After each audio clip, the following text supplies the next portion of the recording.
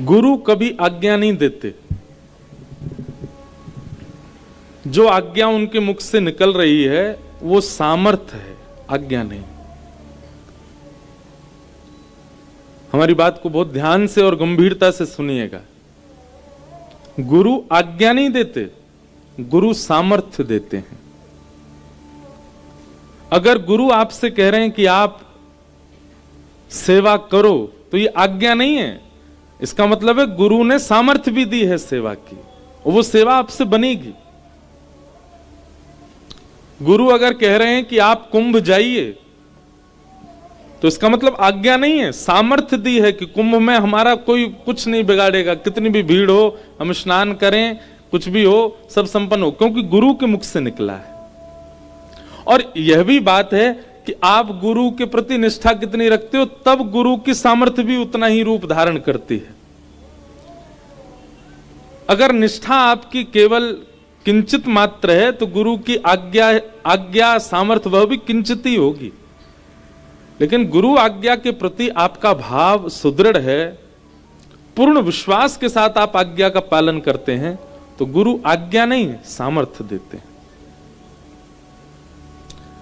हमारे गुरुजी ने हमको आज्ञा नहीं दी है, हमारे पूज्य पिताजी महाराज ने हमको सामर्थ्य दी है। आपकी सामर्थ्य से ही हम कर रहे हैं, और ये मैंने अनुभव किया। क्योंकि हमारा सौभाग्य कि हमारे गुरु ही पिता हैं। तो पिता रूप में तो पुत्र का पिता का संबंध एक विचित्र होता है, अलग होता है। अब आप सबका कैसा है आपके पिताओं के साथ हमें नहीं पता, हमारा तो बड़ा संकोची है। हमारे पिताजी हमारे बगल में ही रुके, पर हम दिन में एक ही बार मिलते हैं बस। हमारा फोन पिताजी 5 बार उठा सकते हैं, पर हम हफ्ता में 1-2 बार ही करते हैं बात। ये सबसे ही है, परिवार में सबसे। कल यहां उत्सव जब प्रारंभ हो गया ना, उसके बाद मैं अपने घर वालों से मिला। कई लोग कहते हैं महाराज जी हमारे बालक आपके जैसे है, जाएं निकाल के फेंक दोगे बाहर, हमारे जैसे है गए तो। घर परिवार से ज्यादा हमारो ऐसा नहीं है कि भाव नहीं है, पर बन नहीं पाता, क्योंकि लाल जी के पीछे ही पड़े रहे पूरे दिन कथान में और इनमें व्यस्त रहे, तो इतनी ज्यादा व्यवहार निभा नहीं पाते घर परिवार के जो निभाने चाहिए एक बालक को। और उसके पीछे कारण यह है कि हमको पिता ने सामर्थ्य नहीं दी, हमको गुरु ने सामर्थ्य दी है। तो गुरु ने जो सामर्थ्य दी उसका निर्वहन हम कर रहे हैं। 365 दिन में से 300 दिन तो भगवत चर्चा में ही व्यतीत होता है, और ये गुरु सामर्थ्य। पिता ने आज्ञा दी होती तो घर में ही लगे रहते, पिता ने सामर्थ्य दी होती, पिता की आज्ञा होती, तो शायद परिवार पे ही ज्यादा फोकस रहते।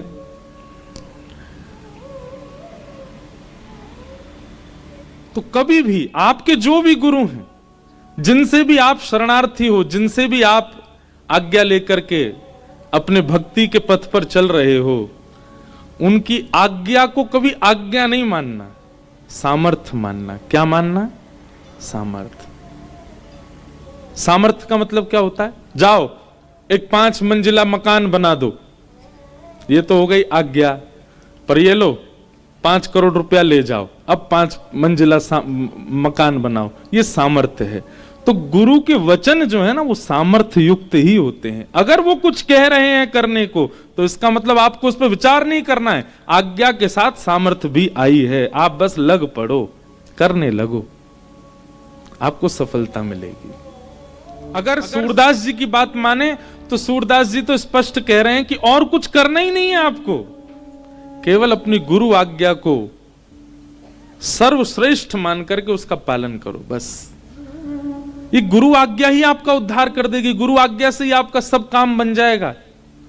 सूरदास जी कहते हैं, साधन और नाहिया कली में, साधन और नाहिया कली में, जासो होत निवेरो भरोसो, दृढ़ इन चरणन के।